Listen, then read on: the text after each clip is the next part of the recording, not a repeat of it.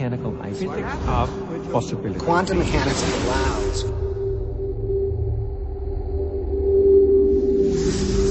supreme mind. The brain is capable of millions of neural nets. Cascade of biochemical An emotional response. molecules. The brain does not know the difference between what it sees in its environment and what it remembers. We are running the holodeck.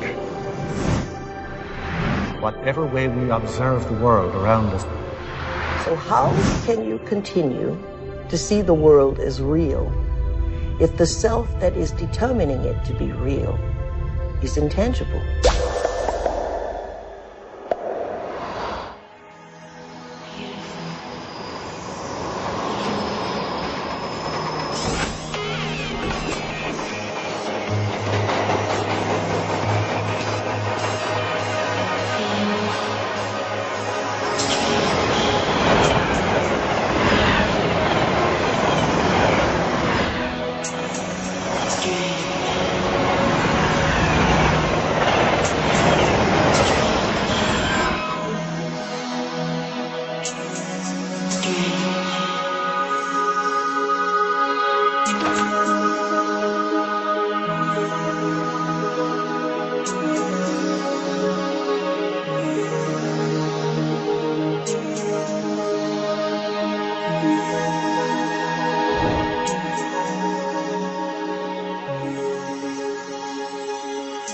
Are all realities existing simultaneously?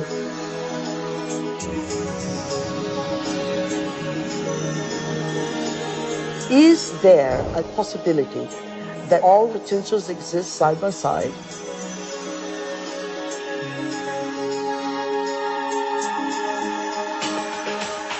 Have you ever seen yourself through the eyes of someone else that you have become?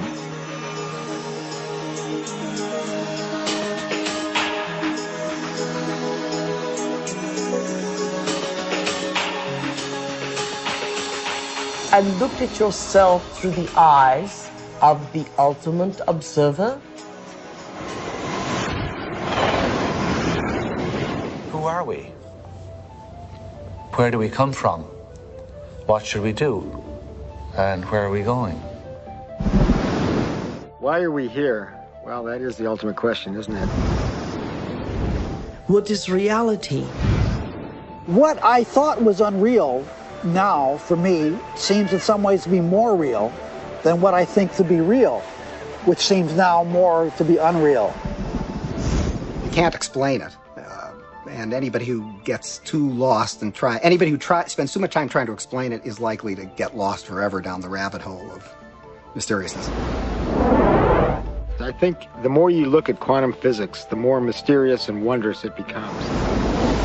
Quantum physics, in very succinctly speaking, is a physics of possibilities. These are questions. These are addressing questions of how the world feels to us, of whether there's a difference between the way the world feels to us and the way it really is. Have you ever thought about what thoughts are made of? I think some of the things we're seeing with the children today is a sign that the culture is in the wrong paradigm and not appreciating the power of thought. Every age, every generation has its built-in assumptions that the world is flat, or that the world is round, etc. There are hundreds of hidden assumptions, things we take for granted that may or may not be true. Of course, in the vast majority of cases, historically, these things aren't true. So presumably, if history is any guide, much about what we take for granted about the world simply isn't true. But we're locked into these precepts without even knowing it oftentimes. That's a paradox. Modern materialism strips people of the need to feel responsible. And often enough, so does religion. But I think if you take quantum mechanics seriously enough, it puts the responsibility squarely in your lap, and it doesn't give answers that are clear-cut and comforting. It says, yes, the world is a very big place. It's very mysterious. Mechanism is not the answer, but I'm not going to tell you what the answer is, because you're old enough to decide for yourself. Is everyone a mystery? Is everyone an enigma? They most certainly are. Asking yourself these deeper questions opens up new ways of being in the world. It brings in a breath of fresh air. It makes life more joyful. The real trick to life is not to be in the know, but be in the mystery.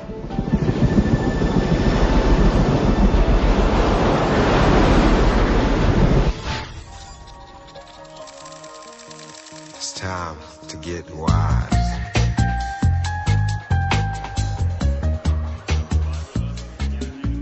Why do we keep recreating the same reality? Why do we keep having the same relationships? Why do we keep getting the same jobs over and over again? In this infinite sea of potentials that exist around us, how come we keep recreating the same realities? Isn't it amazing that we have options and potentials that exist, but we're unaware of them?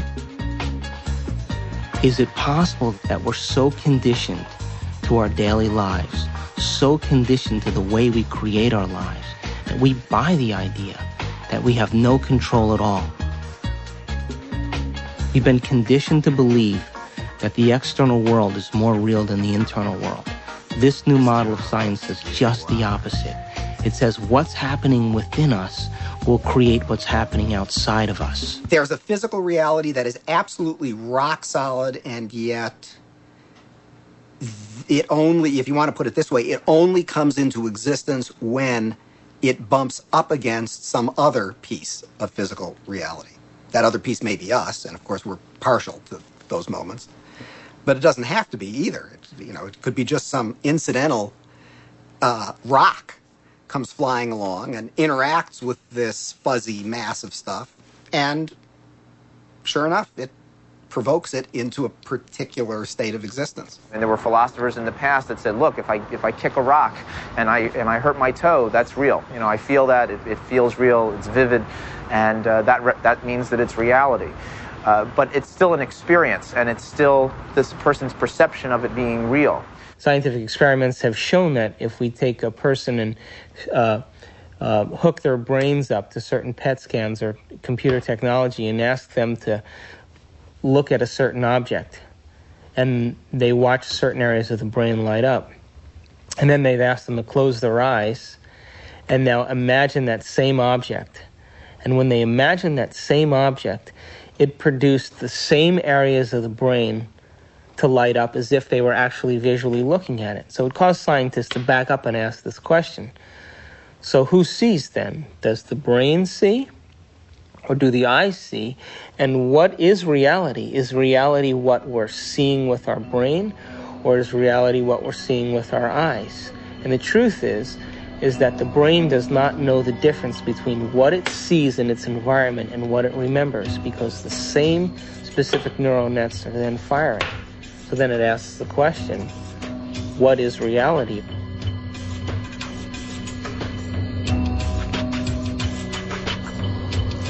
We're bombarded by huge amounts of information, and it's coming into our body, and we're processing it, coming in through our sense organs, and it's percolating up, and at each step we're eliminating information, and finally what is bubbling up to consciousness is the one that's the most self-serving. The brain processes 400 billion bits of information a second, but we're only aware of 2,000 of those. But our awareness of those 2,000 bits of information are just about the environment, our body, and about time.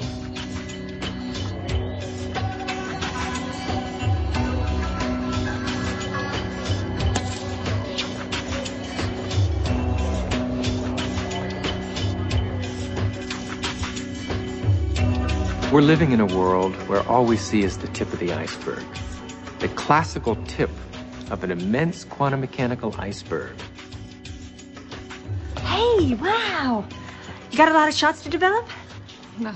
Oh, bummer. Well, I'll catch you later.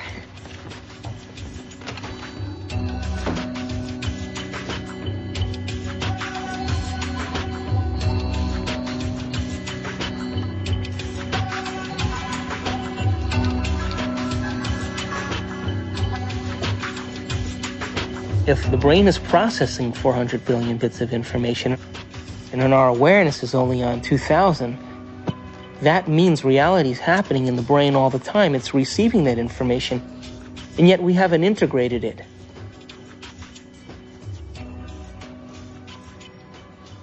The eyes are like the lens, but the tape that's really seeing is the back of the brain. It's called the visual cortex. It's right back here. It's like this camera and it's tape. Did you know that the brain imprints what it has the ability to see? Now, this is important. For example, this camera is seeing a lot more around me than what is here, because it has no objection and no judgment.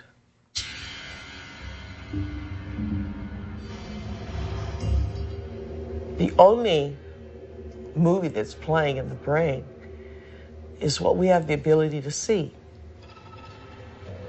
So is it possible our eyes, our cameras see more than what our brain has the ability to consciously project? Well, the way our brain is wired up, we only see what we believe is possible. We match patterns that already exist within ourselves through conditioning. So a wonderful story that I believe is true is that when the Indians, the Native American Indians on the Caribbean islands, saw Columbus's ships approaching, they couldn't see them at all because it was so unlike anything they had ever seen before. They couldn't see it. When Columbus's armada landed in the Caribbean, none of the natives were able to see the ships, even though they existed on the horizon. The reason that they never saw the ships was because they had no knowledge in their brains or no experience that clipper ships existed.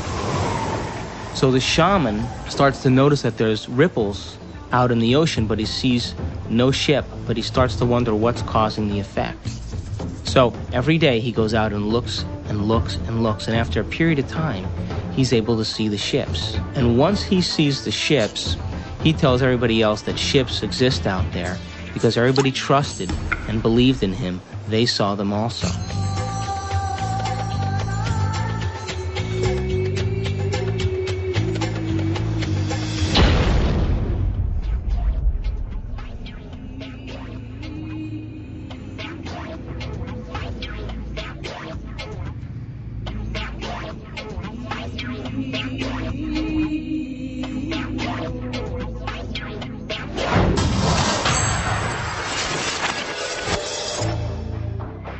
We create reality.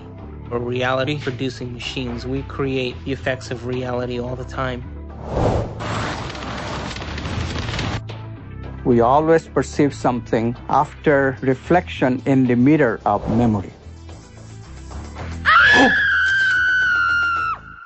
As far as whether or not we're just living in a big holodeck or not, it's a question that we don't necessarily have a good answer to. I think this is a big philosophical problem that we have to deal with in terms of what science can say about our world, because we are always the observer in science. So we are still always constrained by what is ultimately coming into the human brain that allows us to see and perceive the things that we do. So it is conceivable that all of this really is just a great illusion that we have no way of really getting outside of to see what is really out there. Your brain doesn't know the difference between what's taking place out there and what's taking place in here. There is no out there, independent of what's going on in here.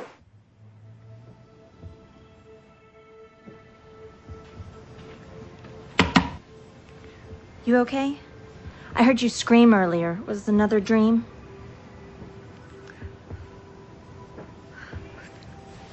You were an Indian, watching Columbus's ship materialize out of thin air. Wow. And this medicine man kept hitting you. Cool.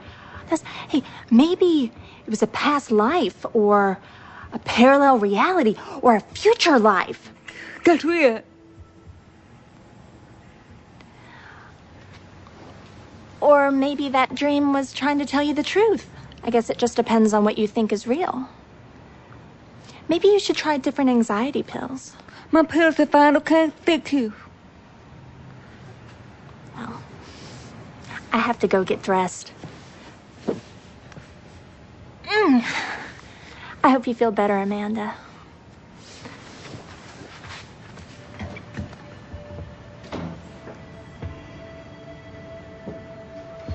God, Amanda. I could be such an asshole.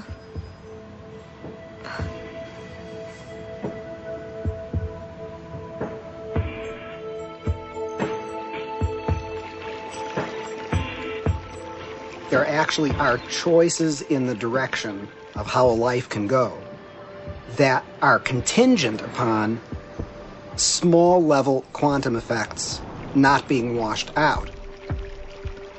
First of all, let's talk about the subatomic world, and then we'll talk about what it's telling us about reality. The first thing I want to tell you about the subatomic world is it's totally a fantasy created by mad physicists trying to figure out what the heck is going on when they do these little experiments. By little experiments, I mean big energy in little spaces and little pieces of time. It gets pretty nutty at that realm of things. And so subatomic physics was invented to try to figure that all out. We need a new science down there. It's called quantum physics, and it is subject to a whole range of debatable hypotheses, thoughts, feelings, intuitions as to what the heck is really going on. Matter is not what we have long thought it to be. To the scientist, matter has always been thought of as sort of the ultimate in that which is static and predictable. Within all the atoms and molecules, all the space within that, the particles take up an insignificant amount of the volume of an atom or molecule, the fundamental particles. The rest of it is vacuum. What seems to happen is that particles appear and disappear all the time. So where do they go when they're not here? Now, that question is tricky. I'm going to give you two answers. Answer number one, they go into an alternative universe where the people in that universe are asking the same question about those particles when they come into our universe. They say, where do they go? There's a great mystery called the mystery of the direction of time. There's a certain sense in which the fundamental laws of physics that we have don't make any interesting distinction, say, between past and future. For example, it's a puzzle from the standpoint of the fundamental laws of physics. Why we should be able to remember the past and not have the same kind of epistemic access to the future. It's a puzzle from the standpoint of these laws why we should think something like, by acting now, we can affect the future but not the past. These things, that we have a different kind of epistemic access to the past and the future, that we have a different kind of control by acting now over the future than we do over the past, these things are so fundamental to the way we experience the world that that it seems to me not to be curious about them is to be, 3/4 of the way to being dead.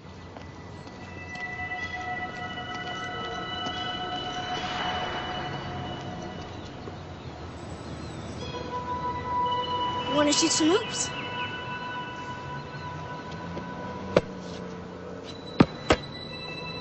Now you don't have to be like that. Come on and play. Look, he likes you. Don't you have time for a little one-on-one?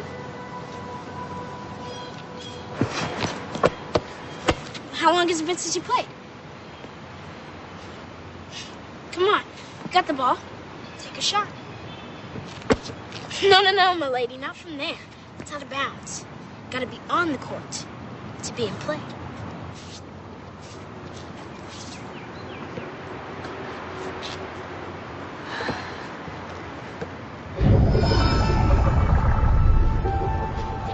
Welcome to Duke Reginald's court of unending possibilities.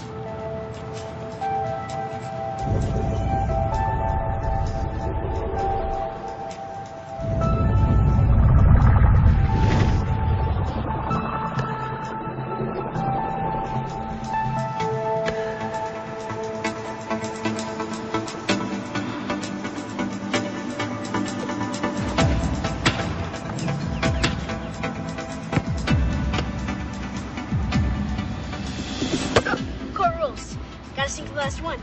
The hug. It never touched you. Right.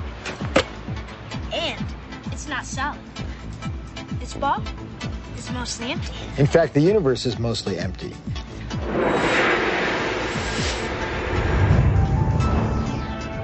We like to think of space as empty and matter as solid. But in fact, there is essentially nothing to matter whatsoever. It's completely insubstantial. Take a look at an atom. We think of it as a kind of hard ball.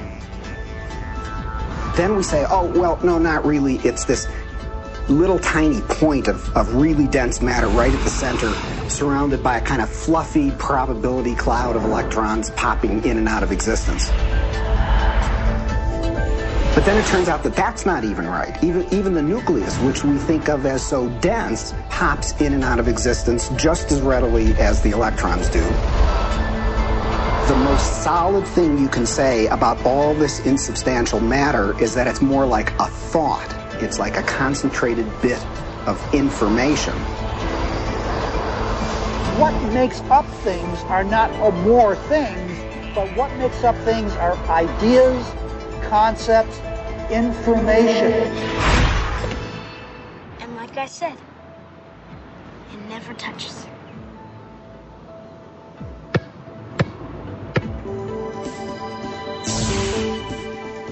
Those electrons build up a charge and push the other electrons away before they touch.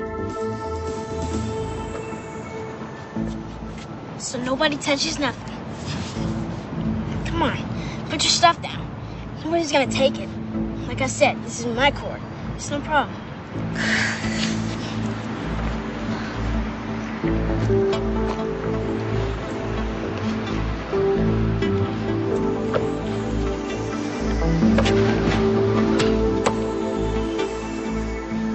How long has it been? I'll be late. It's only in conscious experience that it seems that we move forward in time. In quantum theory, you can also go backwards in time. You can always go back in time.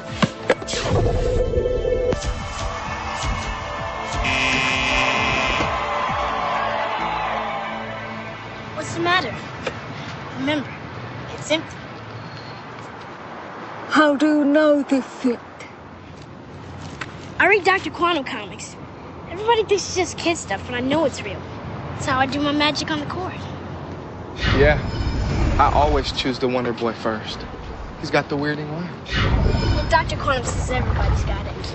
Everybody's doing it constantly. Each and every time you look. When you ain't looking, it's like a wave. When you are looking, it's like a particle. When you are not looking, there are waves of possibility. When you are looking, then there are particles of experience. A particle, which we think of as a solid thing, really exists in a so-called superposition, a spread out wave of possible locations. And it's in all of those at once.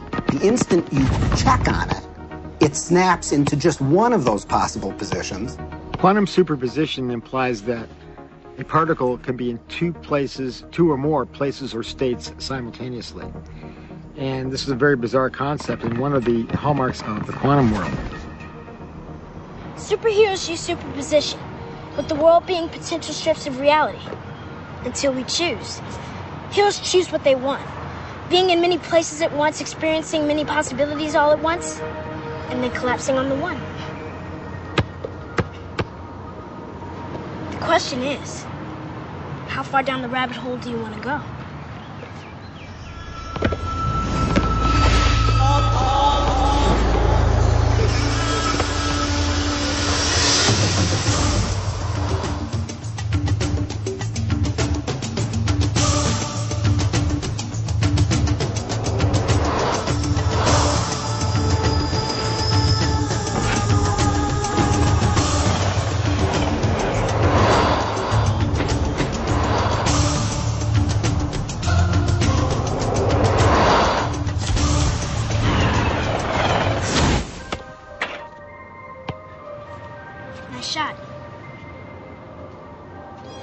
How can a system or an object be in two or more states at the same time?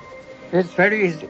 Instead of thinking of things as things, We all have a habit of thinking that everything around us is already a thing, existing without my input, without my choice. You have to banish that kind of thinking. Instead, you really have to recognize that even the material world around us, the chairs, the tables, the rooms, the carpet, camera included, all of these are nothing but possible movements of consciousness.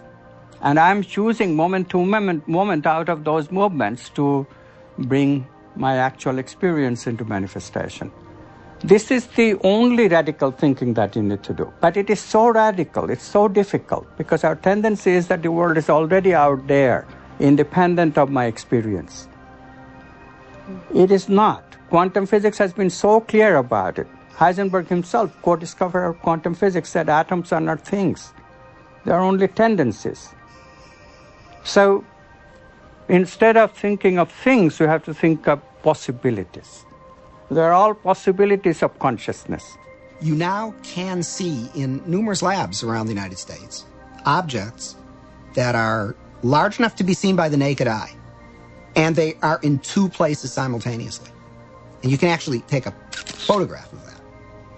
Now, I suppose if you showed a photograph, they'd say, oh, great, here's this nice blob of colored light, and I see there's a bit of it over here, and another bit of it. So you got a picture of two dots. What's the big deal? And if so, well, look right in the chamber. You can see it right there. Oh, I see two things there. You say, no, that's not two things. That's one thing. It's the same thing in two places. I'm not sure that people's jaw would drop about it, because I don't think people really believe it. And I don't mean that people say, oh, you're lying, or, oh, the scientists are confused. I think it is so mysterious that you can't even understand how amazing it is. And then furthermore, you've seen Star Trek and whatnot. Beam me up, Scotty. So it all seems sort of, oh, well, what does that really mean? But you've got to really stop and think about what that means, that it's the same object and it's in two places at once. And people tinker in the lab and they get angry about things and they have lunch and they go home and they lead their lives just as though nothing utterly astounding is happening, because, of course, that's how you have to go about it. And yet there is this completely amazing magic sitting right in front of your eyes. Quantum physics calculates only possibilities. But if we accept this, then the question immediately comes, what chooses among these possibilities to bring the actual event of experience? So we immediately see that consciousness must be involved. The observer cannot be ignored. We know what an observer does from a point of view of quantum physics, but we don't know who or what the observer actually is. Doesn't mean we haven't tried to find an answer. We've looked. We've gone inside of your head. We've gone into every orifice you have to find something called an observer, and there's nobody home. There's nobody in the brain. There's nobody in the cortical regions of the brain. There's nobody in the subcortical regions or the limbic regions of the brain. There's nobody there called an observer. And yet we all had this experience of being something called an observer, observing the world out there. Is this the observer, and which is so intricate to understanding the wacky, weird world of quantum particles and how they react? Is this, then, the observer? In my modeling, the observer is the spirit inside the four-layered bio-body suit. And so it's like the ghost in the machine. It is the consciousness that's driving the vehicle. And it is observing the surround. The four layers of the bio-body suit have all kinds of sensory systems to pick up signatures from the surround.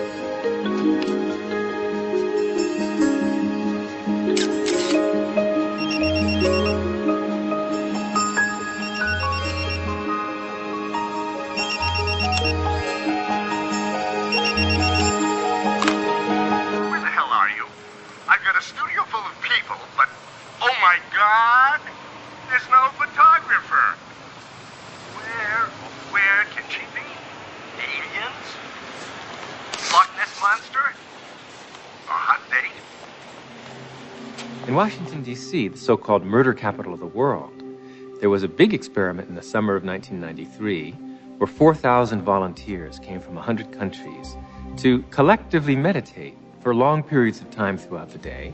It was predicted in advance that with such a sized group, you would have a 25% drop in violent crime, as defined by the FBI, in Washington that summer. Well, the chief of police went on television saying that, look, it's going to take 2 feet of snow to reduce crime by 25% in Washington, D.C. this summer. But by the end, the police department became a collaborator and author of this study because the results, in fact, showed a 25% drop in violent crime in Washington, D.C., which we could predict on the basis of 48 previous studies that had already been done on a smaller scale. This leads naturally to wonder, are people affecting the world of reality that they see? You betcha they are. Every single one of us affects the reality that we see, even if we try to hide from that and play victim. We all are doing it. Just tell me where you are. Good. But hurry, will you please, because these models are giving me a headache. 10 minutes.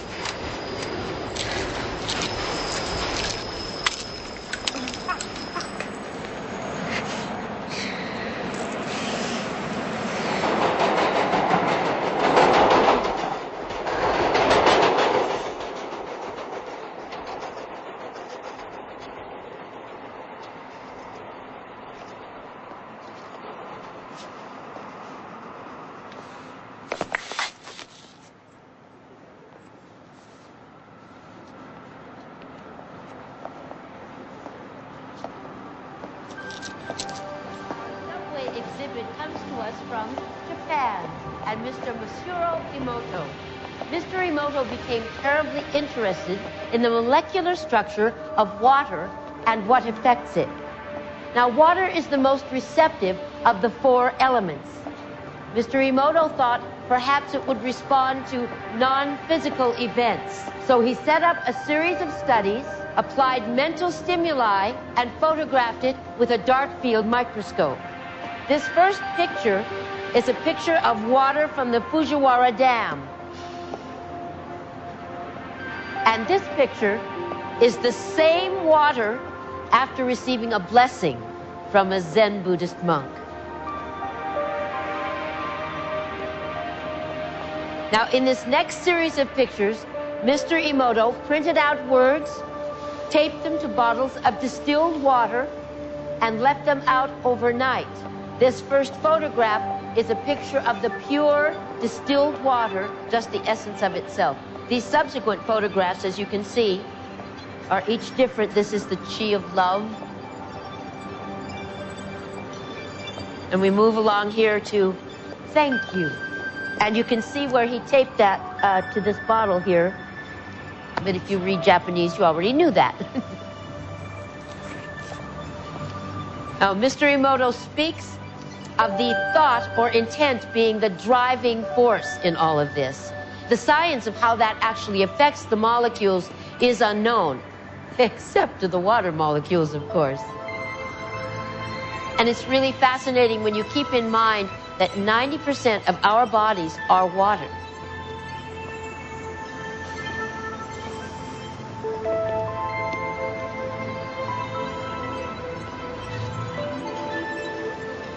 Makes you wonder, doesn't it? If thoughts can do that to water, imagine what our thoughts can do to us.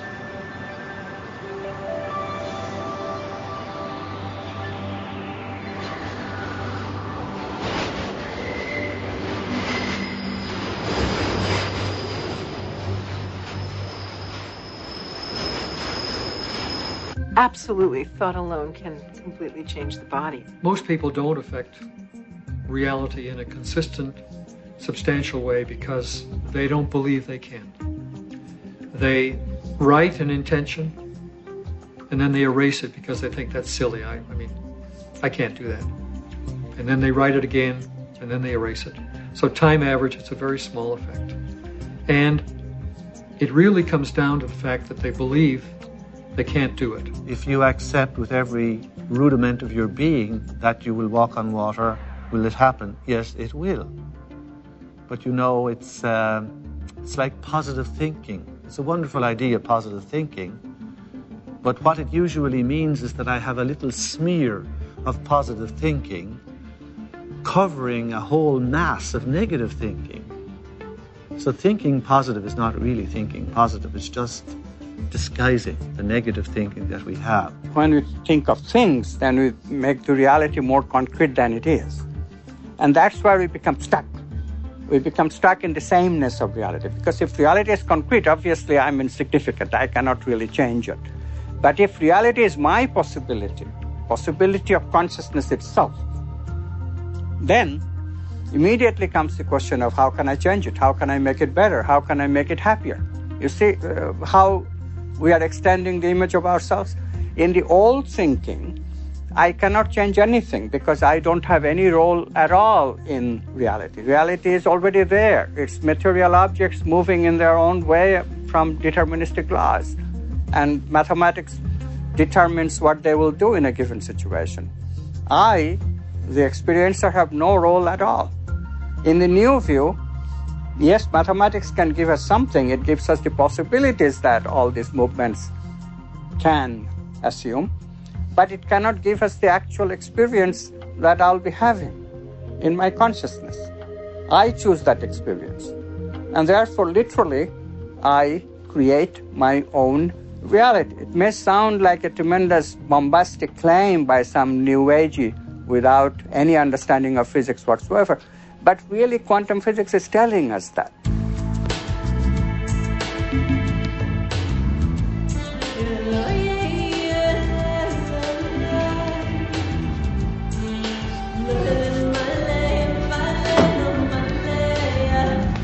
Hey, how was the shoot? Go.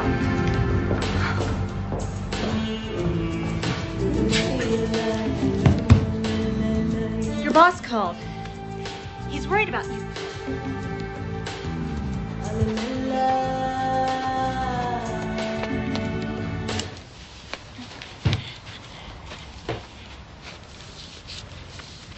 Amanda, I want to thank you for letting me stay here. I know I'm a bit much sometimes and that it's been tough after Bob and all. And you've just been so wonderful. I mean, I make a mess and, well, I clean up afterwards, but it's not really your style. Sometimes I think you make me sane. Me? The day I make someone sane, they're in trouble. Anyway, I made you something as a thank you gift.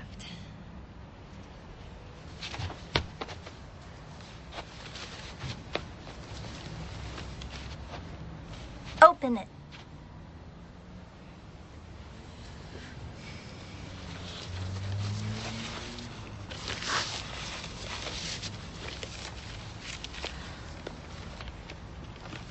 I went through your pictures and picked my favorite ones. And it took me forever because there's so many good ones.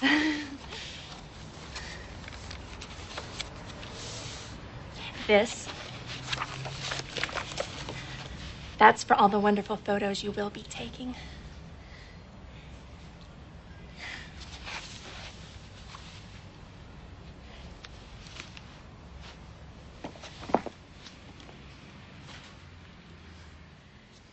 Oh. I've had a strange day.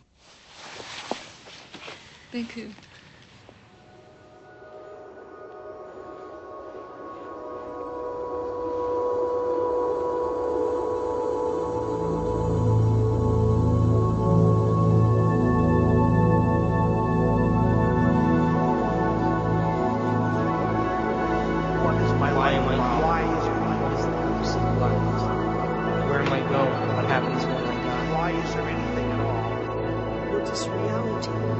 It makes you wonder, doesn't it? If thoughts can do that to water, imagine what our thoughts can do to us. Reality ultimately comes down to our experience.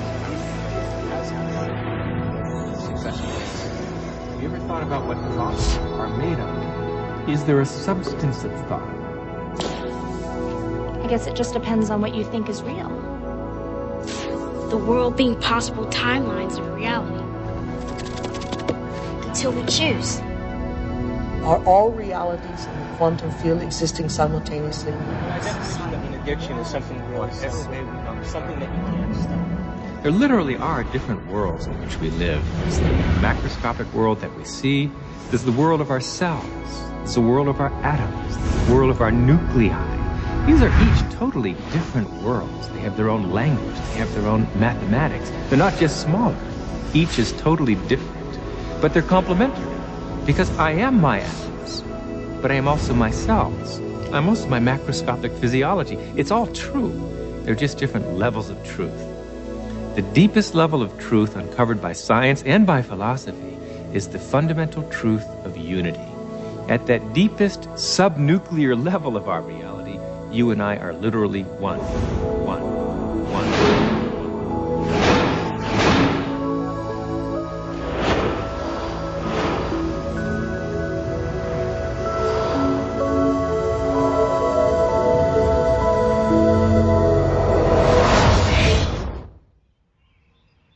I wake up in the morning and I consciously create my day the way I want it to happen. Now, sometimes, because my mind is examining all the things that I need to get done, it takes me a little bit to settle down and get to the point of where I'm actually intentionally creating my day. But here's the thing, when I create my day, and out of nowhere, little things happen that are so unexplainable, I know that they are the process or the result of my creation. And the more I do that, the more I build a neural net in my brain that I accept that that's possible. It gives me the power and the incentive to do it the next day.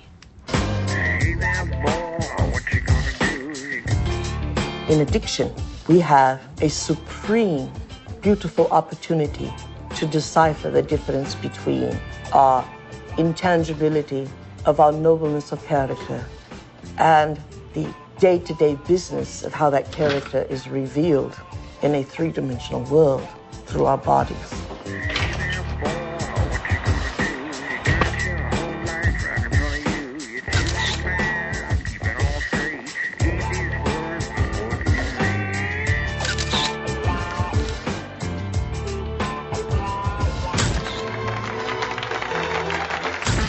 Weddings.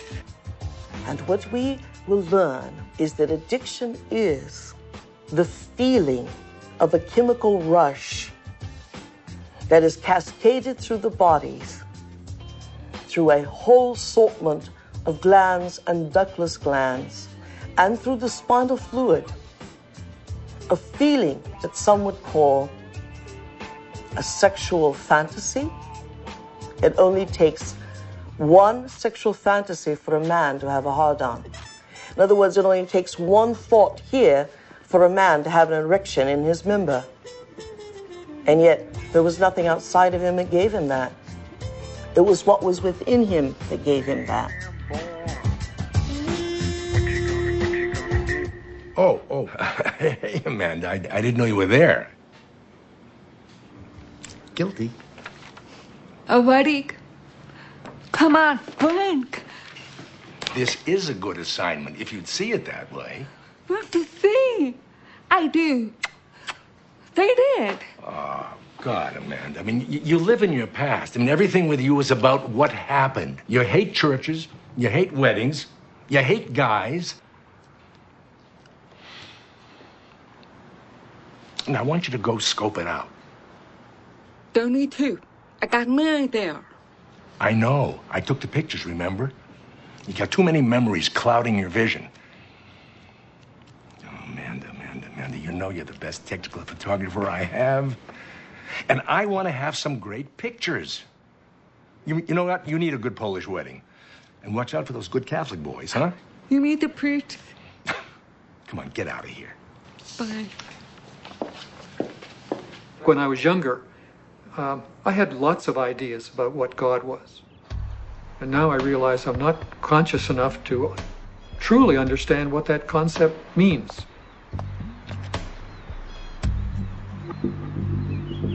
That I am at one with the great being that made me and brought me here and that formed the galaxies and the universes, etc. How did that get taken out of religion? It was not hard.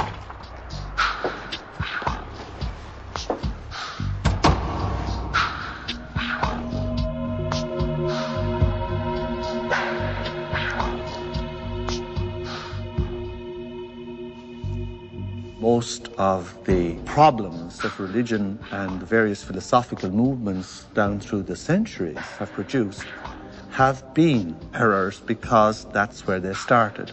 That God is a distinct, separate being from us, to whom I must offer worship, whom I must cultivate, humor, please, and hope to attain a reward from at the very end of my life. That is not what God is. That is a blasphemy. God is such a broad thing, some parts of which, most of the parts of which that are associated with organized religion is something that I sort of recoil at and something that I think has done a lot of harm to the world, done harm to women, done harm to oppressed peoples, done harm to the World Trade Center. And yet, at the same point, we have the epitome of a great science. The closest science has ever come to explaining Jesus' interpretation that the mustard seed was larger than the kingdom of heaven. And the only science that can fit into that analogy is quantum physics.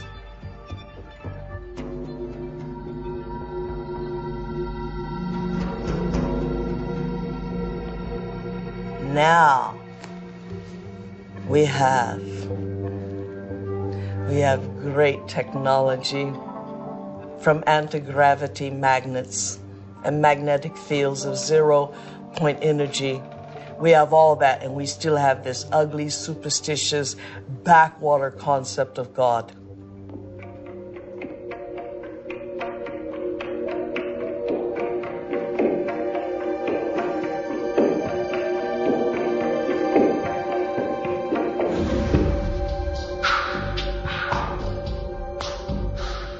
Fall into line very readily when they're threatened by these cosmic sentences of everlasting punishment. But this is not how God is.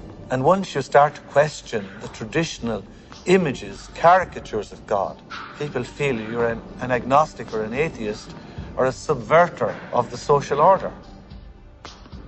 God must be greater than the greatest of human weaknesses, and indeed, the greatness of human skill, that God must even transcend, are most remarkable to emulate nature in its absolute splendor. How can any man or woman sin against such a greatness of mind? How can any one little carbon unit on Earth, in the backwaters of, indeed, the Milky Way, the boondocks, betray God Almighty? That is impossible. The height of arrogance is the height of control of those who create God in their own image.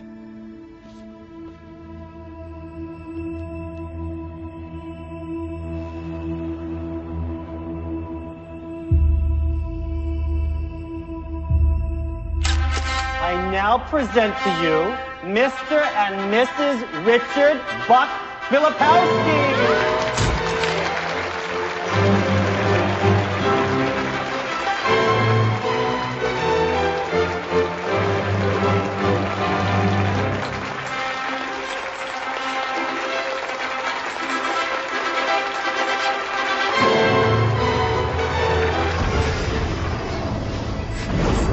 Brain, when it fires its thoughts, is likened unto the landscape of a thundercloud. And the synaptic cleft is the sky between the storm and the earth receptor site. And you see this foreboding dark cloud boiling in the sky. And you see electrical impulses moving through it, veins of electric light, and then you see it hit the ground. rain looks like a thunderstorm when it is presenting a coherent thought. So no one has ever seen the thought. What they do see in neurophysics is that they see a storm raging around different quadrants of the brain. Those are areas that are mapped in the body and what the person must be responding to. A holographic image. Rage, murder, hate, compassion, love. The brain does not know the difference between what it sees in its environment and what it remembers, because the same specific neural nets are then firing. The brain is made up of tiny nerve cells called neurons. These neurons have tiny branches that reach out and connect to other neurons to form a neural net. Each place where they connect is integrated into a thought or a memory. Now, the brain builds up all its concepts by the law of associative memory. For example, ideas, thoughts, and feelings are all constructed and interconnected in this neural net, and all have a possible relationship with one another. The concept and the feeling of love, for instance, is stored in this vast neural net. But we build the concept of love from many other different ideas. Some people have love connected to disappointment. When they think about love, they experience the memory of pain, sorrow, anger, and even rage. Rage may be linked to hurt, which may be linked to a specific person, which then is connected back to love. We build up models of how we see the world outside of us. And the more information that we have, the more we refine our model one way or another. And what we ultimately do is tell ourselves a story about what the outside world is.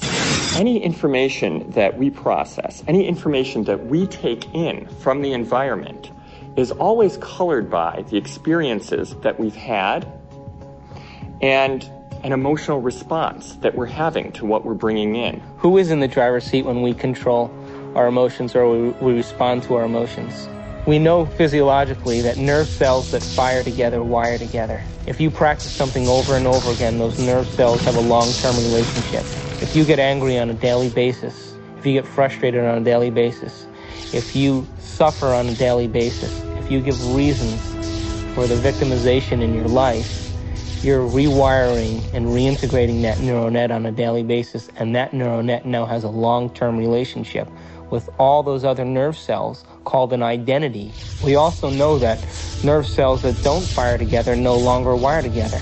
They lose their long-term relationship because every time we interrupt the thought process that produces a chemical response in the body, every time we interrupt it, those nerve cells that are connected to each other start breaking the long-term relationship. When we start interrupting and observing, not by stimulus and response and that automatic reaction, but by observing the effects it takes, then we are no longer the body, mind, conscious, emotional person that's responding to its environment as if it is automatic.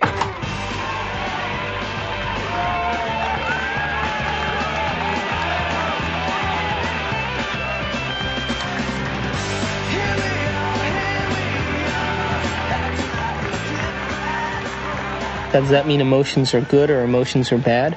No, emotions are designed so that it reinforces chemically something into long-term memory. That's why we have them. All emotion is holographically imprinted chemicals. The most sophisticated pharmacy in the universe is in here. There's a part of the brain called the hypothalamus. And the hypothalamus is like a little mini factory, and it is a place that assembles certain chemicals that match certain emotions that we experience. Those particular chemicals are called peptides. They're small chain amino acid sequences. The body's basically a carbon unit that makes about 20 different amino acids all together to formulate its physical structure.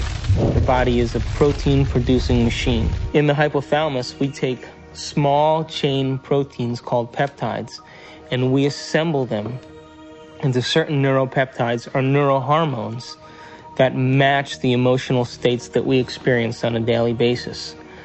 So there's chemicals for anger, and there's chemicals for sadness, and there's chemicals for victimization. There's chemicals for lust. There's a chemical that matches every emotional state that we experience. And the moment that we experience that emotional state in our body or in our brain, that hypothalamus will immediately assemble the peptide that then releases it through the pituitary into the bloodstream. The moment it makes it into the bloodstream, it finds its way to different centers or different parts of the body. Now, every single cell in the body has these receptors on the outside. And one cell can have thousands of receptors studying its surface, kind of opening up to the outside world. And when a peptide docks on a cell, it literally, like a key going into a lock, sits on the receptor surface and attaches to it and kind of moves the receptor, and kind of like a doorbell buzzing, sends a signal into the cell. It's party time!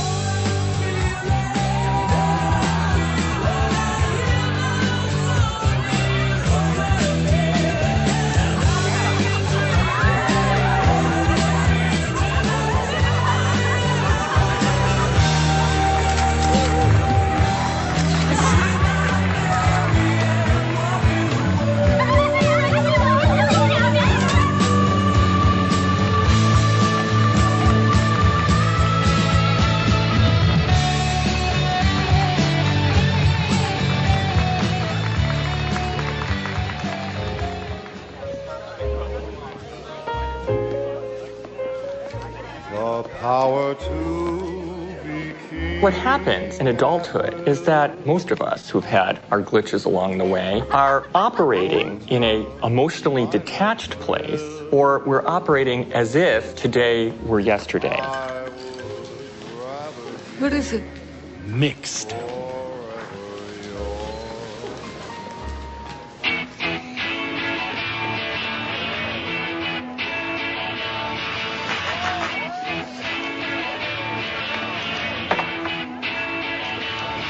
In either the disconnected place or the overly emotional reactive place, because they've gone to an earlier time in reality, the person is not operating as an integrated whole.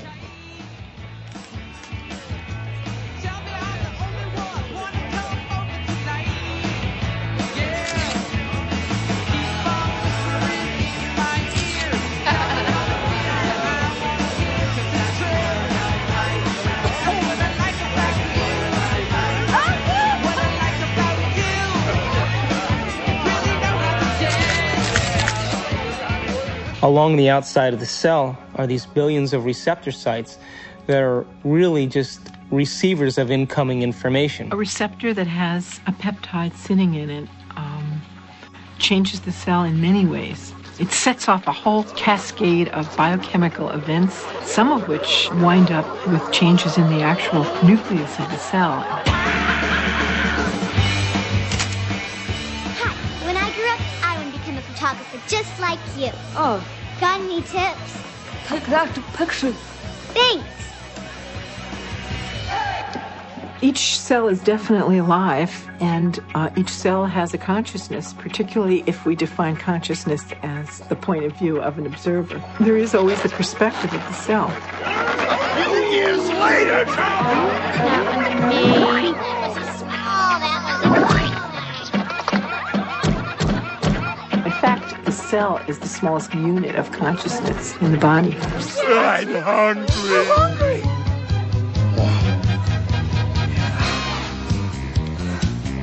Oh, yeah! We've commandeered an entire serving platter!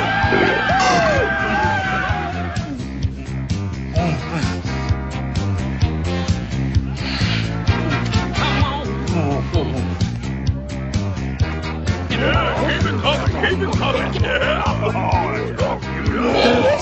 Oh, yeah!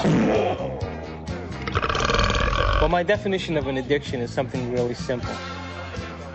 Something that you can't stop.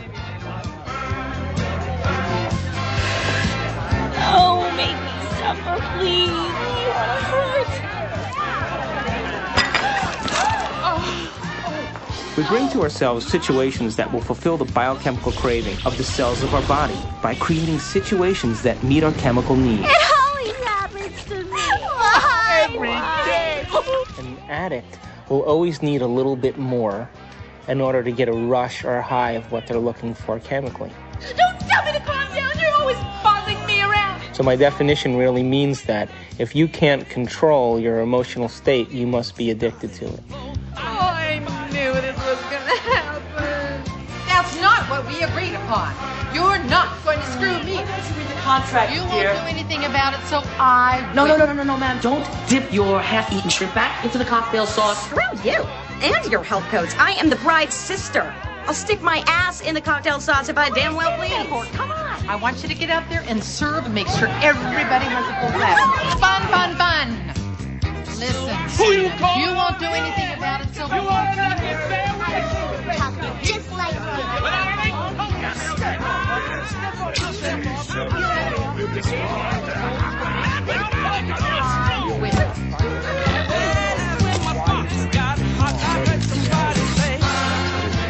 What is reality? What is the real reality?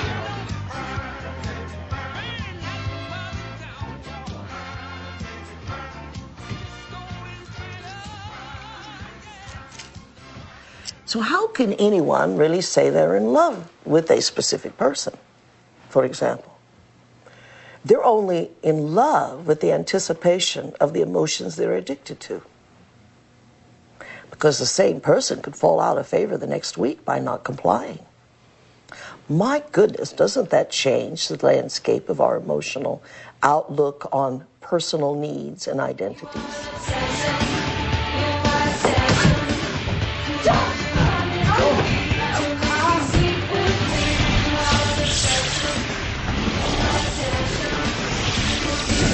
Oh, yeah. Oh! Come here.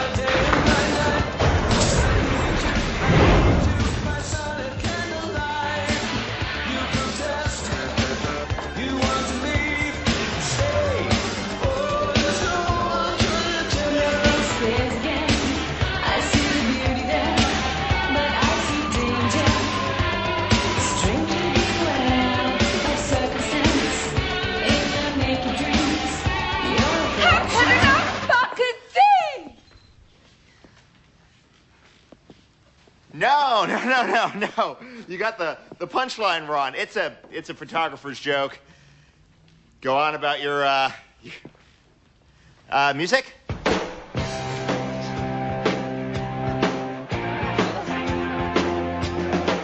Are you okay? Right, and I've tried that Queen Funky some good. When? Just now. I was with the groom. Hey, I can read it. I'm sorry. I was with the groom just now. Yeah, he loves Paulette. Where?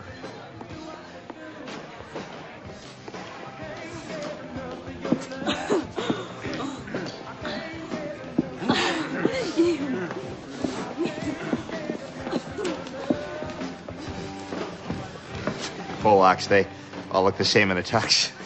You're not Polish. Hi. Thanks. Here. This will help.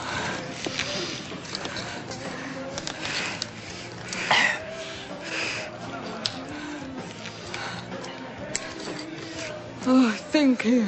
No problem. That was in my mouth. Forget it.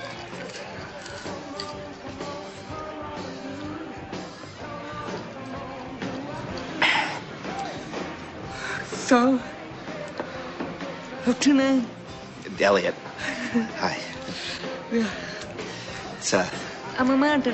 Hey, Amanda. I should have asked you what your name.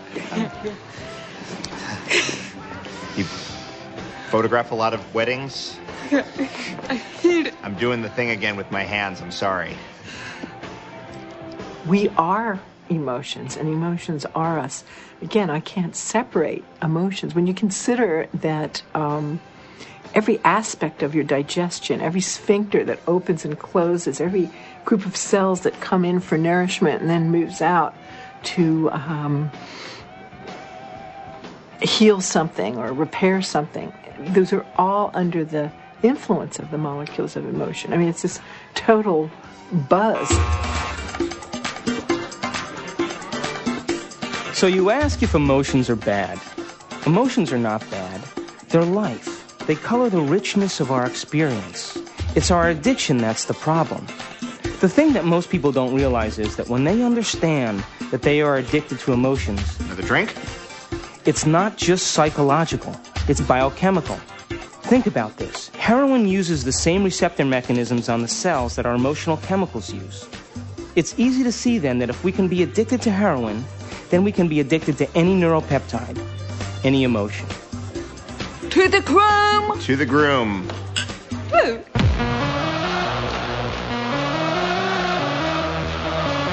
What's up, guys? What's up, man? Hello. What do we need? Some boxes. Put out! Yeah, baby.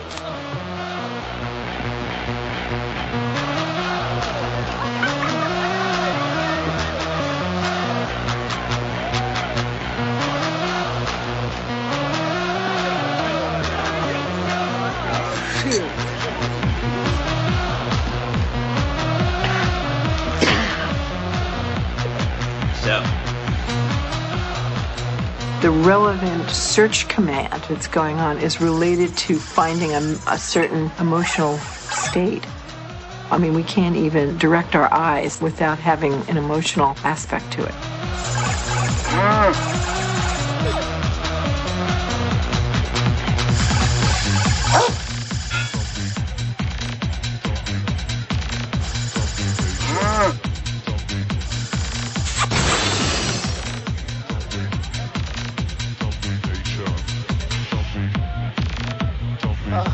Oh, gosh. She wouldn't fall for me. No. Oh, mama! Woo!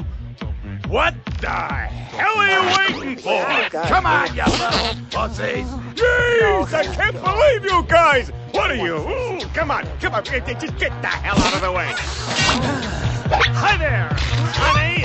Come on, baby, you know you want it. Oh, don't give me that look.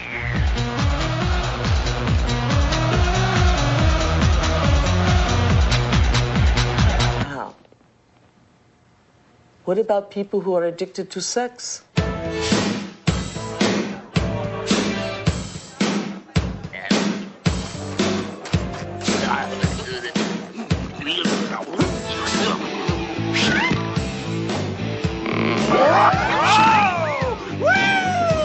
Hello there, big boy. Is there a rocket in your pocket, or are you just happy to see me?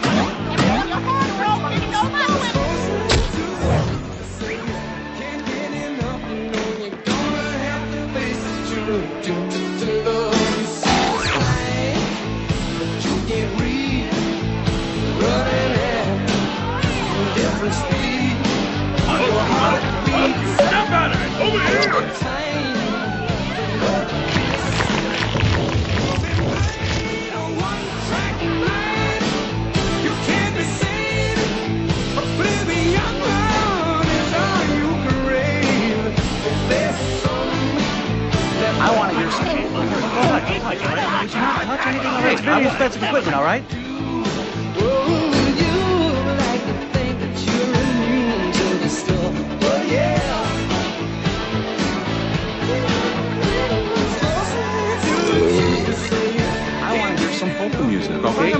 people want to hear some I know we're gonna play You can't have a Polish wedding without polka music!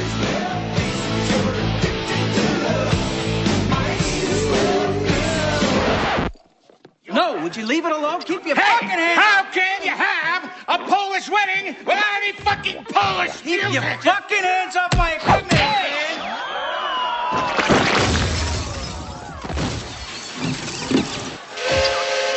Like I said before, it ain't a Polish wedding without a polka!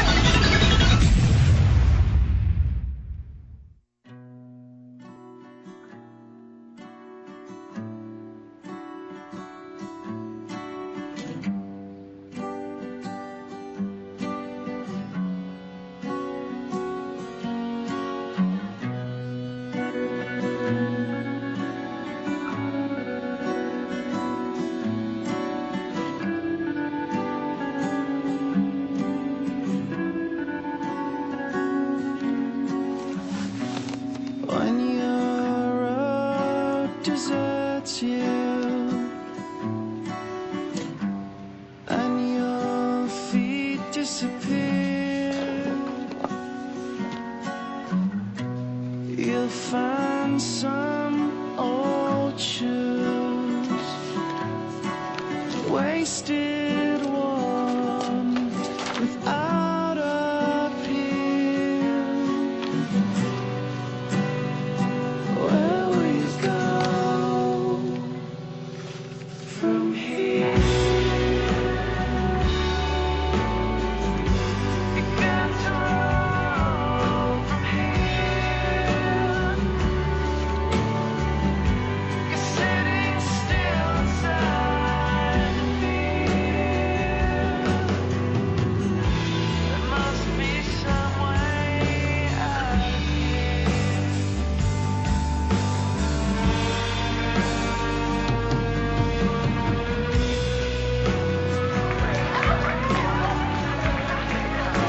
Our mind literally creates our body.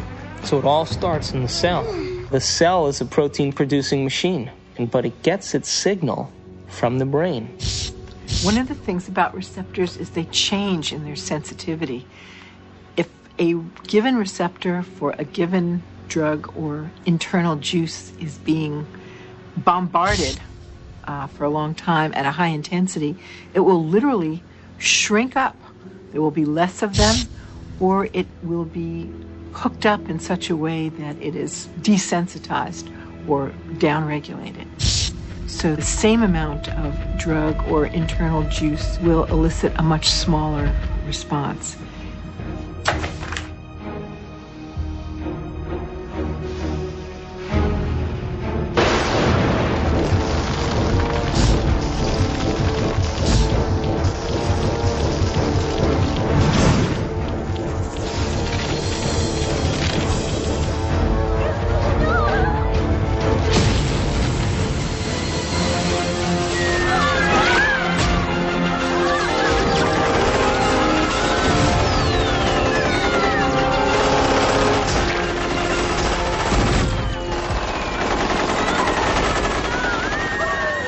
If we're bombarding the cell with the same attitude and the same chemistry over and over again on a daily basis, when that cell finally decides to divide, when it produces a sister cell or a daughter cell, that next cell will have more receptor sites for those particular emotional neuropeptides and less receptor sites for vitamins, minerals, nutrients, fluid exchange, or even the release of waste products or toxins. Now, all aging is a result of improper protein production. What happens when we age? Our skin loses elasticity. Well, elastin is a protein. What happens to our enzymes? We don't digest as well. What happens to our synovial fluid? Those are proteins. They become brittle and stiff. What happens to our bones? They become thin. So all aging is a result of improper protein production. So then the question arises, does it really matter what we eat? And does nutrition really have an effect if the cell doesn't even have the receptor sites after 20 years of emotional abuse to even receive or to let in the nutrients that are necessary for its health?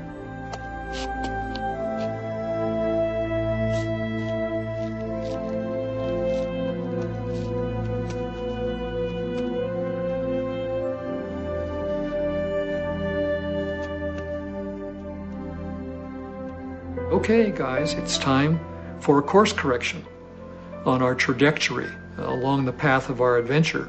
And that course correction is the movement to a new paradigm, just an expansion of the old, just as the universe is larger than we thought it was in our modeling.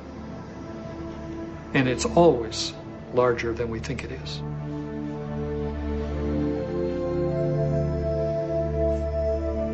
I hate you.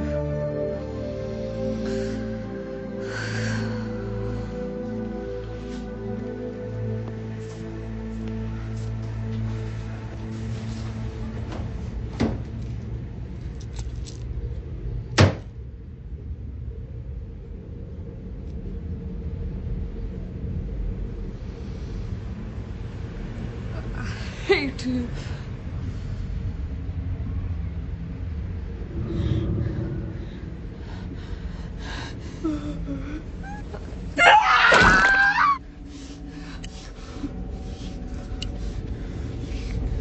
You get it? You suck! Look at you! You're fat! You're ugly! You're worth nothing! You get it all! I hate you!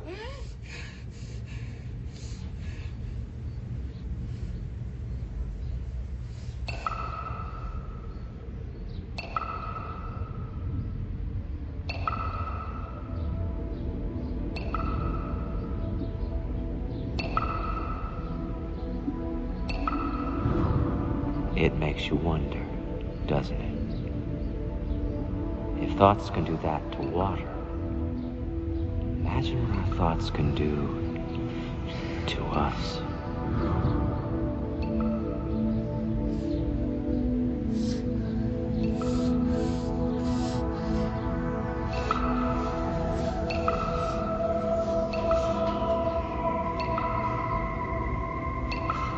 No one has ever came along and ever given you sufficient, intelligent knowledge about your beautiful self, how you work from the inside out. Why do you have addictions? Because you have nothing better. You have dreamt of nothing better because no one has ever taught you how to dream better.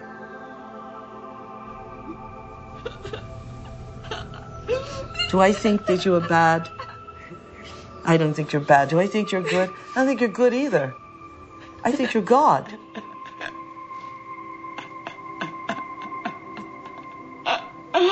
In general, the field of psychiatry really doesn't allow for enough freedom of action on people's part, meaning an awful lot of problems, not all of them to be sure, but an awful lot of problems that get labeled as psychological problems really amount to people making rotten choices. And they ought to be instructed to make different ones. Can I? Wow. Borrow some toothpaste?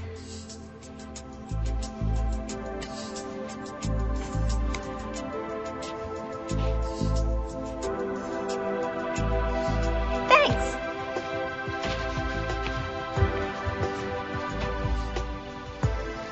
When I talk about we disappearing, I don't mean that we physically disappear.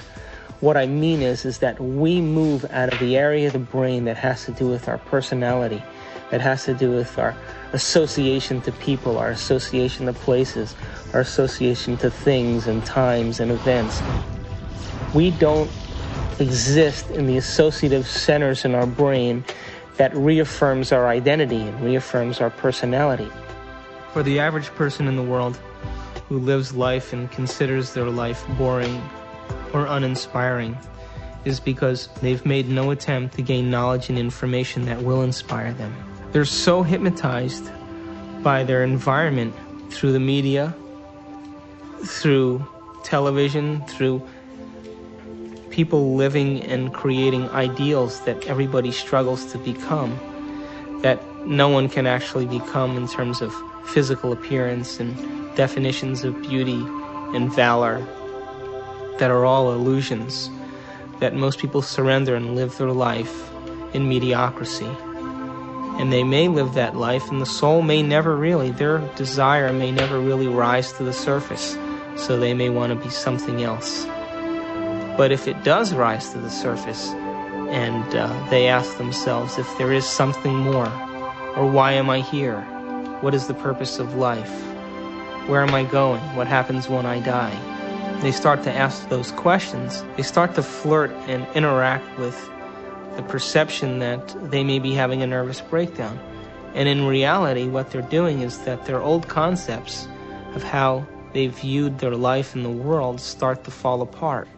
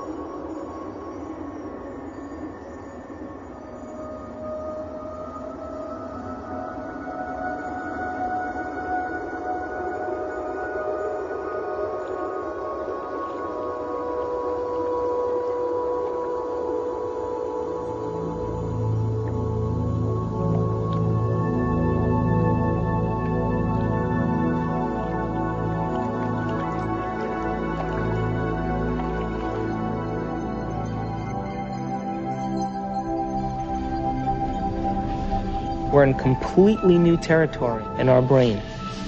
And because we're in completely new territory, we're rewiring the brain, literally reconnecting to a new concept. Then ultimately, it changes us from the inside out. If I change my mind, will I change my choices? If I change my choices, will my life change? Why can't I change? What am I addicted to? What will I lose that I'm chemically attached to? And what person, place, thing, time, or event that I'm chemically attached to that I don't want to lose because I may have to experience the chemical withdrawal from that? Hence the human drama.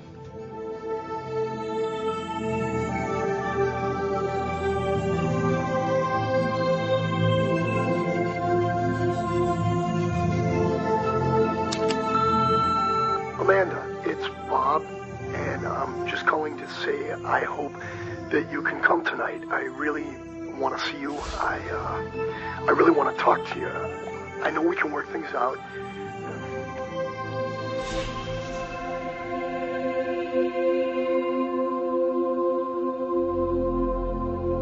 It's the only planet in the Milky Way that has habitation that is steeped in enormous subjugation of religion. You know why that is? Is because people have set up right and wrong. If I do this, I'm going to get punished by God. If I do the other thing, I'm going to get rewarded. This is a really poor description that tries to map out a path in life for us to follow, but with deplorable results, because there really is no such thing as good or bad. We're judging things far too superficially that way. Does that mean you're in favor of sin and licentiousness and depravity? No. It simply means that you need to improve your expression and understanding of what you're dealing with here. There are things that I do, and I know they'll evolve me. There are other things that will not evolve me. But it's not good or bad. And there's no God waiting to punish you because you did one or the other.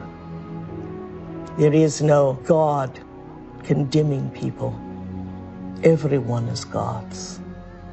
At the same time, God is this sort of placeholder name for those parts of our experience of the world which are somehow transcendent, somehow sublime. I have no idea what God is. And yet I have an experience that God is. There is something very real about this presence called God. Although I have no idea how to define God, to see God as a person or a thing, I can't seem to do it.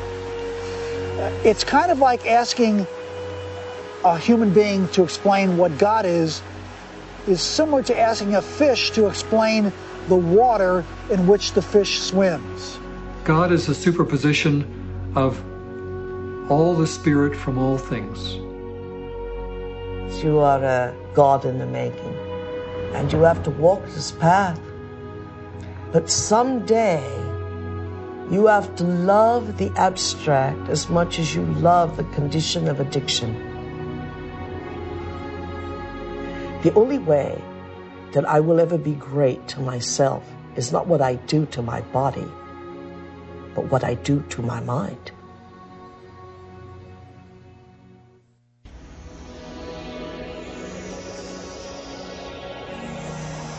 So if we're consciously designing our destiny, and if we're consciously, from a spiritual standpoint, throwing in with the idea that our thoughts can affect our reality or affect our life, because reality equals life, then I have this little pact that I have when I create my day. I say I'm taking this time to create my day, and I'm infecting the quantum field.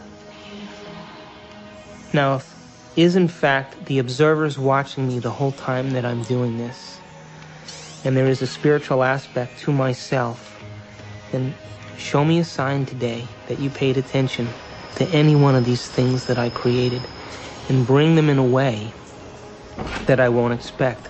So I'm as surprised at my ability to be able to experience these things and make it so that I have no doubt that it's come from you.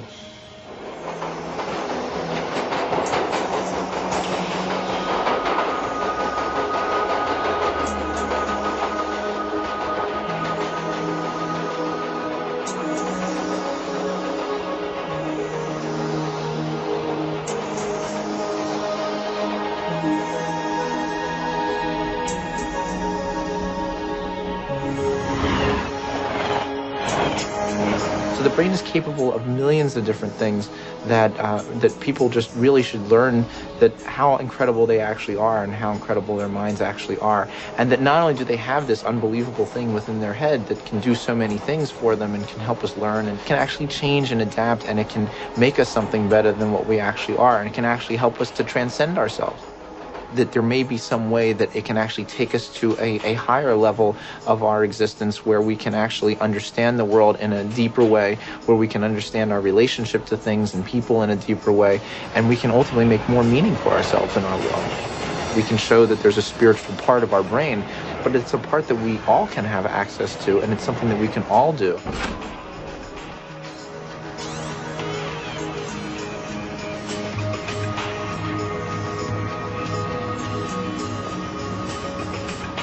We have to formulate what we want and be so concentrated on it and so focused on it and have so much of our awareness of it that we lose track of ourselves.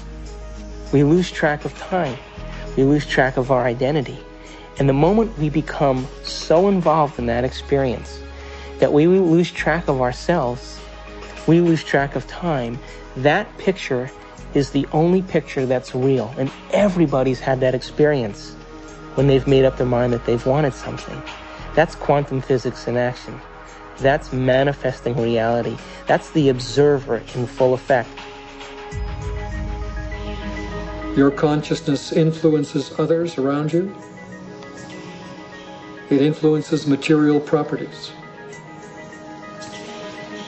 It influences your future. You are co-creating your future.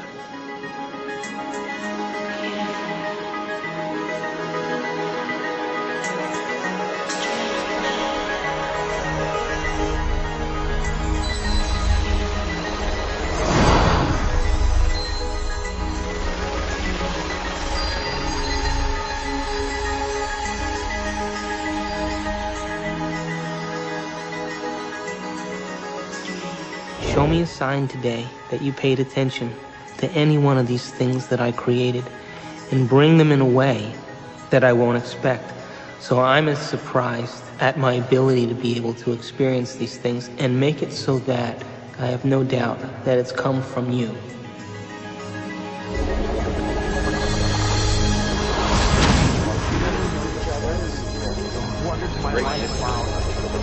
Consciousness is related to something fundamental.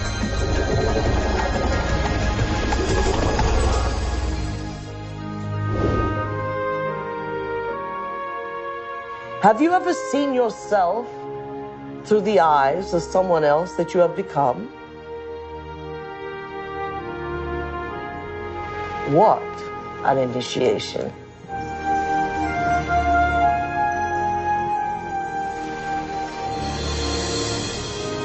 Have you ever stopped for a moment and looked at yourself through the eyes of the ultimate observer?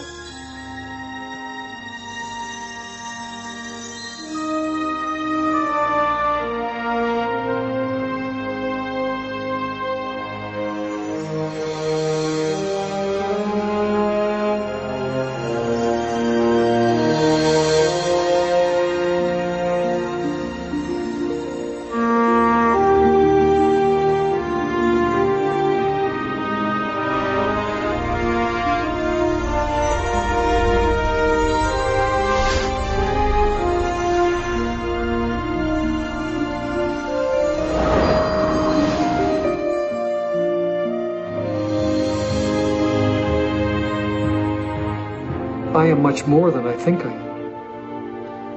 I can be much more even than that. I can influence my environment with people. I can influence space itself. I can influence the future. I am responsible for all those things. I and the surround are not separate.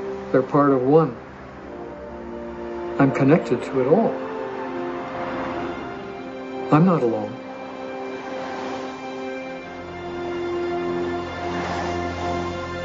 Knowing that there's this interconnectedness of the universe, that we are all interconnected and that we are connected to the universe at its fundamental level, I think is as good an explanation for spirituality as there is. It is my belief that our purpose here is to develop our gifts of intentionality and learn how to be effective creators. We are here to be creators. We are here to infiltrate space with ideas and mansions of thought. We are here to make something of this life. To acknowledge the quantum self, to acknowledge the place where we really have choice, to acknowledge mind.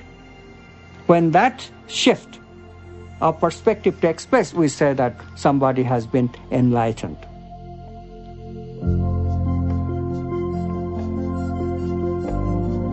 Quantum mechanics allows for the intangible phenomenon of freedom to be woven into human nature. Quantum physics, very succinctly speaking, is a physics of possibilities. It opens fundamentally the question of whose possibilities and who chooses from these possibilities to give us the actual event of experience. The only answer that is satisfactory, both logically and meaningfully, is the answer that consciousness is the ground of all being. We must pursue knowledge without any interference of our addictions. And if we can do that, we will manifest knowledge in reality And our bodies will experience it in new ways, in new chemistry, in new holograms, new elsewheres of thought, beyond our wildest dreams. All of us one day will reach the level of the avatars that we have read about in history, the Buddhas and the Jesus. Welcome to the kingdom of heaven, without judgment, without hate, without testing, without anything. That we simply are has allowed this reality we call real, from the power of intangibility, to pull out of inertness action, chaos, and hold it into its form, and we call it matter.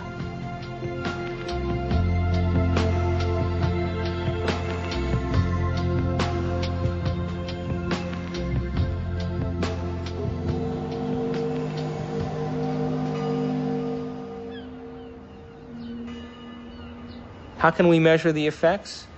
We get to live our life and see then if somewhere in our lives something's changed. And then if it has changed, we become the scientists to our life, which is the whole reason why we're here.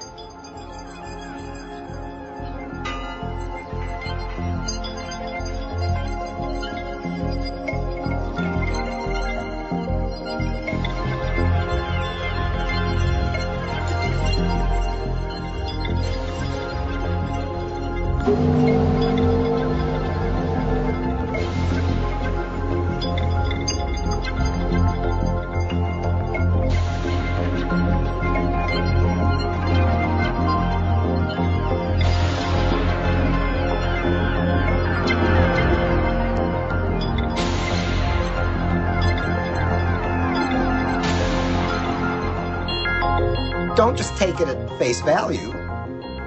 Test it out and see whether it's true.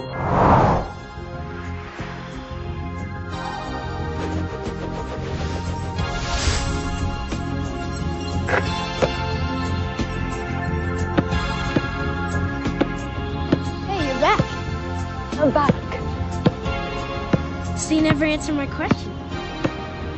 What question? How far down the rabbit hole do you want to go?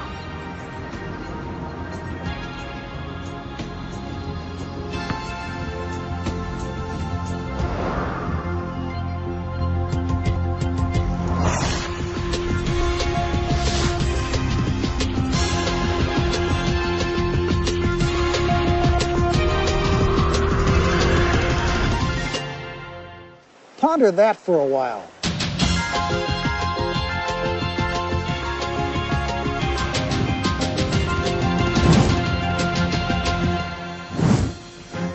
My name's David Albert. I got a PhD in theoretical physics. I studied biochemistry at Rutgers University, and then went to chiropractic college at Life University in Atlanta, Georgia. My postgraduate training is in anatomy and physiology, neurochemistry, neurophysiology, and genetics.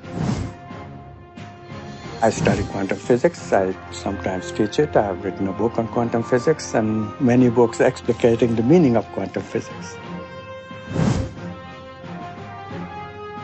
After my PhD from Harvard, I went to CERN, the European Laboratory for Particle Research, and then joined faculty at Stanford. And my work there has been the development of unified quantum field theories. I have about 100 publications in this area, but perhaps I'm best known for the discovery of supersymmetric flipped SU5 grand unified field theory.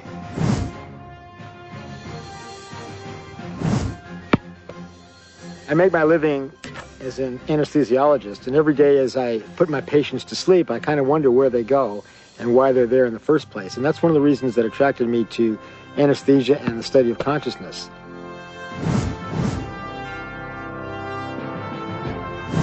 My name is Michal Ledwith, and for most of my life I was a professor of theology. I'm Dr. Daniel Monti. I'm a physician with specialty training in psychiatry and human behavior. I'm on the full-time faculty at the Jefferson Medical College. I actually got very interested in studying this whole topic of the brain and spirituality because it had to do with a lot of the questions that I was asking ever since I was a child about reality and how we understood truth and what was real. And as I grew up and as I realized that while spirituality was, in some senses, a very important part of trying to find those answers, science also was a very crucial part. And I was ultimately looking for some way of bringing those two forces together.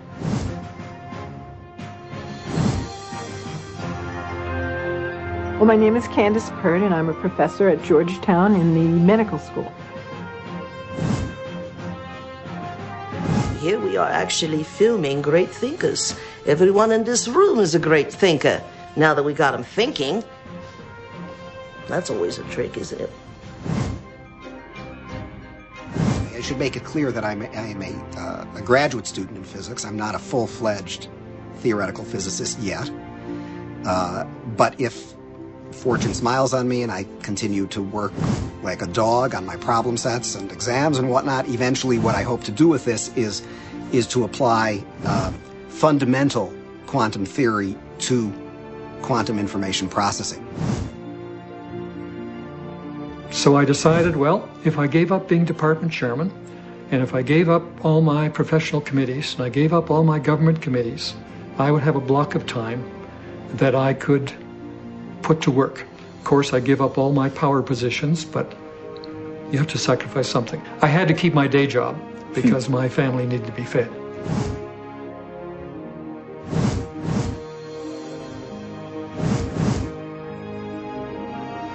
I presume that you're asking me how scientists can sound this wacko because I must be sounding wacko. It's really an interesting question.